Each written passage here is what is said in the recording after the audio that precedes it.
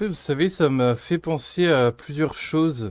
Euh, À propos, on a été méchants. D'ailleurs, salut Soubrette. C'est à propos des règles du chat qui, par exemple, je crois que j'ai écrit une règle. C'est écrit la bienveillance est de mise et je sais plus. Alors, si jamais elle n'est pas écrite sur les règles de YouTube et de Twitch, je vais écrire sur Discord. Et là, en fait, avec les croyants. Je m'étais jamais rendu compte de ça alors que j'ai beaucoup observé sur les lives des autres. On en a déjà parlé en plus. Enfin, pas forcément sur ma chaîne, mais sur la chaîne des autres. Les religieux vont faire des trucs qui vont considérer eux comme de la bienveillance. Et les athées, non, vont interpréter ça comme étant l'inverse. Et ça remet un peu enfin pas les règles en question, mais ça complique la compréhension des règles typiquement. En fait, attendez, regardez. Si vous voyez pas trop de quoi je parle, je vais vous montrer un truc. Oui, il était cool. Enfin, je veux dire, il était correct, vraiment. Et c'est aussi un peu ce que je veux dire, c'est que compliqué de, compliqué de prendre des décisions en termes de modération ou de non-modération. C'est que c'est un et beaucoup de croyants sont comme ça, j'ai l'impression, en tout cas ce qu'on voit commenter sur le net, c'est que il est critiques qu'on peut leur faire je sais plus si j'avais aussi écrit une règle sur l'ambiance du chat, mais le fait que du coup ça va être interprété de manière opposée selon ta croyance ou non-croyance, je trouve que c'est très compliqué ensuite de savoir comment modérer un live ou un chat par rapport à ça. Parce que du coup, ça montre aussi une autre chose, c'est que les... Imaginons une société où une grosse majorité d'athées, ça montre aussi la complication, la difficulté d'un religieux de faire société avec les autres à cause de sa religion. Je sais pas si vous comprenez ce que je veux dire. T'as écouté la dernière vidéo du baron? Non, j'ai pas écouté. Je vais vous montrer un truc. Attends, il est où? Est-ce que sur Instagram... Euh, En fait, comment dire, la, la créatrice de Balance son pasteur, elle a récemment, enfin, je sais pas quand elle a fait ça. En fait, elle a fait une charte sur son Instagram, justement. Je vais vous montrer ça parce que c'est très intéressant. En fait, c'est des règles qui s'appliquent beaucoup sur les chaînes d'athées. Enfin, j'aime pas forcément le terme de militant, mais vous voyez ce que je veux dire. Hop, qui s'est servi du handicap de jeunes. Ça fait combien de fois que ça arrive sans déconner, quoi? On... La handiphobie que se prend Janie. Et c'est bizarre, au passage, j'ai l'impression qu'à chaque fois que ça arrive, c'est sur les commentaires de la chaîne de l'irréductibilité. Au bout d'un moment, je sais pas ce qui se passe. Bon, faut dire que c'est une des plus grosses chaînes qui parle d'athéisme et critique des religions, donc statistiquement, voilà, mais la vache, quoi. Je trouve ça chaud, l'handiphobie que se prend Jenny dans les commentaires de cette chaîne. La charité chrétienne ne s'applique pas à tous apparemment. Bah, ça rejoint un petit peu ce que j'essaye de dire là. La charité chrétienne, ce genre de choses, eh ben, elle sera pas vue comme de la charité pour beaucoup d'athées,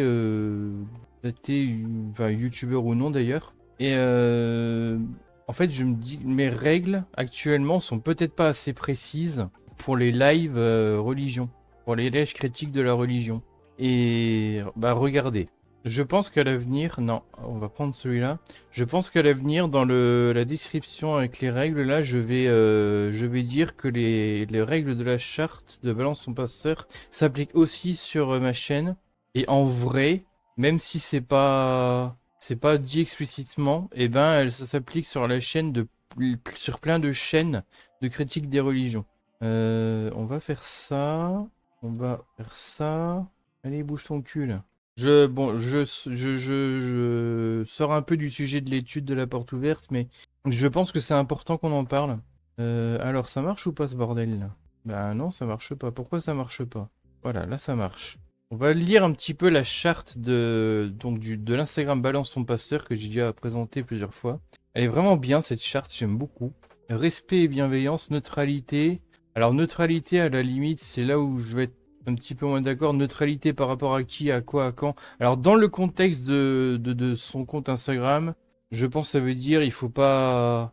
Il faut pas... Ça peut, le mot neutralité peut servir peut-être pour ne pas juger les témoignages qui sont... Faut pas oublier que c'est des gens anonymes qui balancent leurs témoignages comme ça, donc ils balancent un peu un bout de leur vie, donc faut pas... Mais neutralité sur ma chaîne, ça n'a pas trop de sens. Donc ce point-là, je le prendrai pas vraiment, ou en plus c'est pas très, il est pas contextualisé. Prosélytisme proscrit, alors ça je l'ai écrit dans les règles. Ben oui, beaucoup de phrases bateau et c'est pour ça qu'effectivement, je pense qu'au bout d'un moment, voire dès le début, c'était pas intéressant comme échange, surtout pour vous parce que j'avoue que c'est beaucoup vous qui du coup avez échangé avec lui. Je comprends qu'au bout d'un moment, bon, ça devait pas. J'ai bien vu que ça vous a saoulé, c'est pour ça que j'ai hésité à le bannir, mais ça me faisait chier parce qu'il avait pas, par exemple, il avait pas balancé d'insultes, il avait pas. Il a fait du prosélytisme et je sais que c'est compliqué. De toute façon, on l'a remarqué. On a remarqué que c'est compliqué pour les religieux de pas parler de leurs trucs sans faire de prosélytisme. Ils n'arrivent pas et je lui ai dit, j'avais dit, on peut parler de manière descriptive de faire un état des lieux d'une religion sans faire du prosélytisme. Et beaucoup de religieux n'arrivent pas à séparer leur foi du reste et ça rend, ça rend vraiment les échanges et la modo compliqués.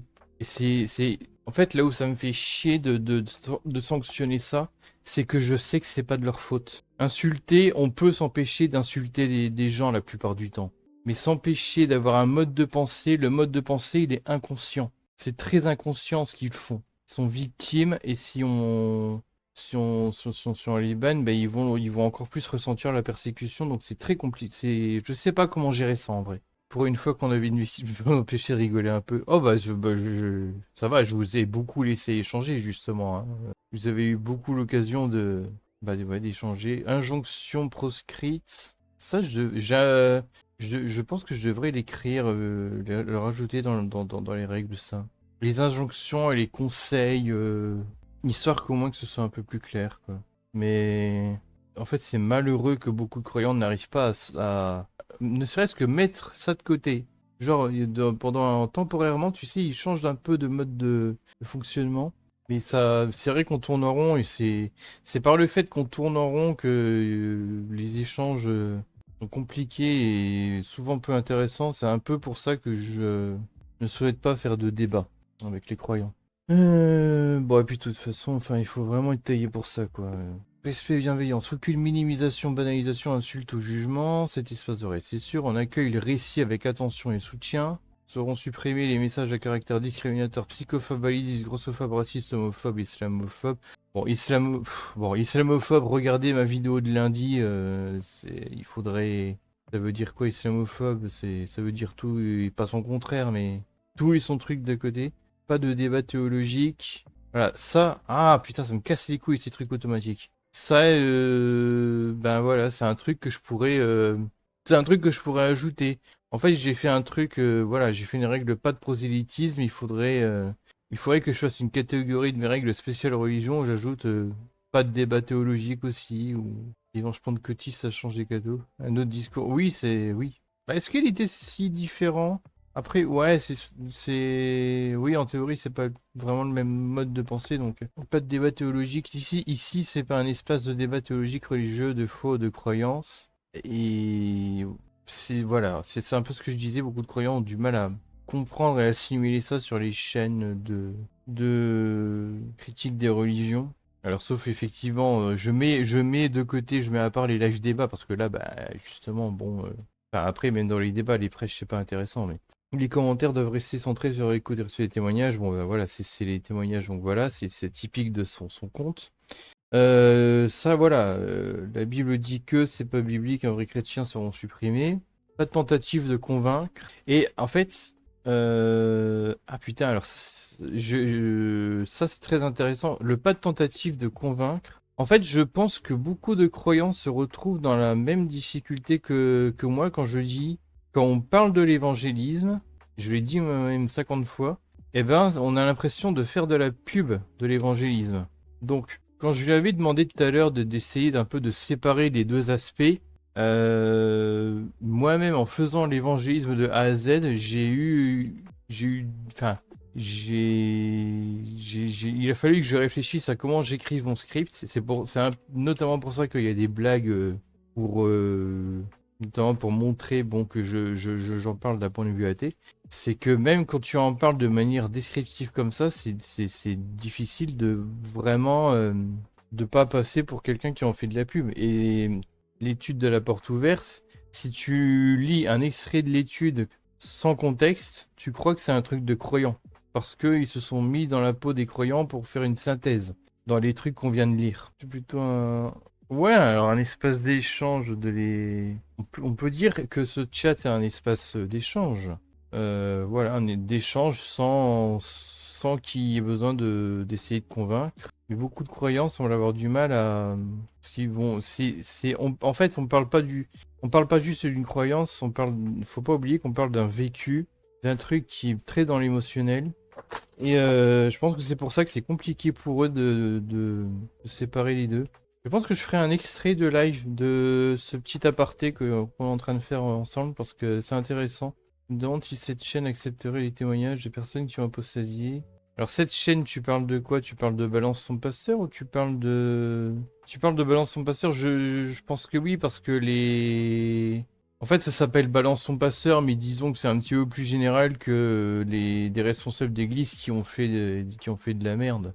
Enfin, il faudrait revoir par exemple le témoignage. Il est en deux parties de ça parce que ah putain, l'Instagram de merde là. Là, c'est un peu un témoignage de déconversion de mémoire. Les violences éducatives sous couvert de religion. Alors voilà, évidemment, si on peut donner des petites choses qui sont passées dans l'église, ça va être intéressant pour un tel compte. En fait, attends, comment il décrit son machin? Regardez. Comment il décrit son truc. Libérons la parole sur les abus des leaders de nos églises évangéliques. Donc c'est vrai que... Ouais, alors c'est vrai que la base du projet, c'est ça. C'est un peu porté sur ça. Et quand on voit les premiers témoignages, c'était... De toute façon, je les ai montrés, hein, les premiers témoignages en bleu-violet, là. C'est beaucoup comme ça. Je pense qu'on peut faire des témoignages d'apostasie tout en parlant un peu des coulisses de ce qui a pu se passer dans son église et parler des dérives. Surtout que les dérives, je veux dire, elles n'existent pas en tant que truc flottant. Il y a des gens pour faire ces dérives. Donc en vrai, je pense que c'est pas forcément difficile de faire un témoignage d'apostasie tout en raccrochant au but premier de ce compte Instagram. Baptisé en notre room, ouais. Je parle de Blançon Passeur, ouais, bah voilà, du coup j'ai répondu à la question. Parce que c'est genre... Alors je sais pas si voilà, il y a un acteur, un leader qui va rentrer dans ce scénario-là, je me rappelle plus, mais... Oui, bah alors là, bon voilà, là on voit une dérive d'un pasteur propos raciste. Bon, il y a un truc comme ça qui revient, ça a été construit comme ça, mais c'était le problème. Il a dit ce mois-ci les séminaires. Donc là, c'est un peu plus descriptif de la vie de l'Église. Le pasteur. Là, c'est un petit peu plus centré sur le pasteur sur cette case-là. Donc en gros, voilà, j'imagine la population était pauvre, il fallait donner la dîme et mes couilles, puis le pasteur, lui, il baigne dans le luxe. Après, c'est vrai que du coup, les témoignages sont pas centrés sur l'apostasie. Là, par exemple, je crois qu'il y a au moins un témoignage où la personne elle disait à la fin, bon, je me suis barré de cette église, mais c'est vrai que c'est pas basé, sur l'apostasie en elle-même, le balançon pasteur. Attends, elle m'aurait envoyé un message. J'avais envoyé un email. On dirait qu'elle m'a répondu direct par Instagram. Je lirai ça plus tard, hein. C'est un MP, donc je vais pas. Je vais pas le lire devant vous. Et donc la charte, voilà, pas de débat théologique, pas de tentative de convaincre, pas de pression personnelle. Alors c'est bien qu'elle donne des exemples parce que qu'est-ce qu'une pression personnelle? Pareil, je pense que ça va pas être évident pour les religieux. Pardonne, tourne la page. Ah oui, voilà, les fameux quitte cette commune. Alors ça, c'est moins bon. C'est en gros, il c'est pas de conseils et pas de message non plus de type je vais prier pour toi. Voilà, elle a interdit ça dans ce compte. Hein. Se recentrer sur le sujet, pas de hors-sujet. Bon, ça, j'ai déjà écrit, pas de hors-sujet dans mes règles. Alors peut-être que je vais ajouter un point ou deux dans mes règles parce que vraiment c'est très important. Mais aussi que je vais ajouter le lien en dessous des règles dans la description pour dire regardez la charte de ce compte Instagram. L'ensemble de cette charte s'applique aussi pour ma chaîne et accessoirement bon, je parle un petit peu au nom des autres, c'est un peu abusé, mais je pense que beaucoup de collègues vidéastes seraient d'accord avec cette charte. Et si je leur demandais est-ce que vous l'appliqueriez à votre chaîne, je pense qu'il y en a plus d'un qui dirait oui, plutôt oui, non, sans être nécessairement d'accord avec tous les points, mais sur la chaîne de Jacob, il y a des trucs qui ont été dit ici qu'il a déjà dit lui-même. Hein. Et il faut... Donc c'est bien que... Ouais, alors les exemples peuvent peut-être aider les croyants à montrer ce qu'on ne veut pas. Par contre, ils vont pas comprendre direct pourquoi on considère que c'est une mauvaise chose. Et alors je veux pas faire mon Macron, mais comment la question reste de savoir, c'est comment on peut leur en parler de manière pédagogique. Faut bien leur expliquer. Et c'est une vraie question, vraiment c'est une vraie question. Parce que les règles c'est une chose, mais voilà, le non-respect des règles va pas être exactement de la faute des croyants, va être sur une différence de mode de pensée. Et c'est comment on gère une différence de mode de pensée. Je ne sais pas. Et faudrait peut-être qu'on en discute avec les potes, avec les autres vidéastes athées. Je pense que ça pourrait être un sujet de discussion. C'est pour ça que ce truc sera... je vais faire un extrait de live avec on vient de dire. Et puis voilà. Et puis dans la rediff de ça, ben, n'hésitez pas à laisser des commentaires si vous avez des suggestions, quoi que ce soit qui pourrait être constructif par rapport à ce vaste sujet. Cordialement, bisous!